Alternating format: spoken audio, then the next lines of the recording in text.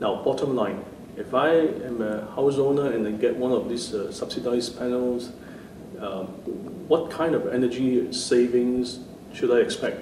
Okay, perhaps to go on the energy saving, you would not, okay, typically a 1 kilowatt system would produce in ringgit Malaysia, based on our tariff, around 30 ringgit electricity per month. That's the amount of electricity it generates. So depending on how much the capacity you have installed on your rooftop, say for example, if you have installed 5 kilowatt, it will work out 150 ringgit per month of electricity based on save. But however, having said that, we need to actually encourage people to do energy efficiency for their house first, because EE will actually reduce the amount of electricity they consume, and at the end of the day, the PV electricity, which is quite expensive compared to your fossil fuel electricity, it will go further. Therefore, do the lower hanging fruits first before you actually do the PV. But because of the financial incentive, it makes it much more viable for a house owner to own a PV system.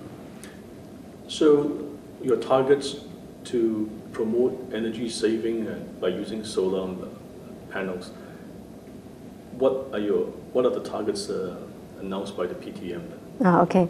The target for at the end of the 5 years is like what I mentioned in my speech this morning, is 1,500 kilowatt peak for the entire 5 years, which is a very modest target. In countries like Europe, they are talking about hundreds of megawatt just in 1 year alone. Now that is what we call an explosive market. But in Malaysia, we do not want to promote an explosive market because we do not have the infrastructure ready to cater for it.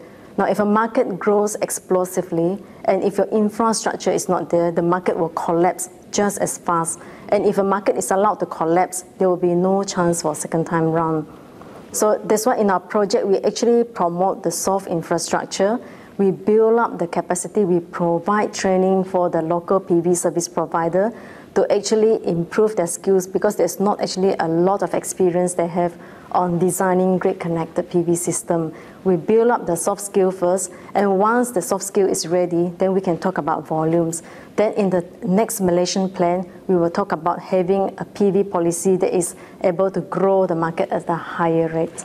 So you're saying that at the moment there is a shortage of skilled technicians to do Definitely simple jobs of installation, servicing of the panels. Yes, because grid-connected system at the start of the project, at the baseline, we only have less than 500 kilowatt of grid-connected PV system for the whole country. Now that is actually very, very little experience for the PV service provider.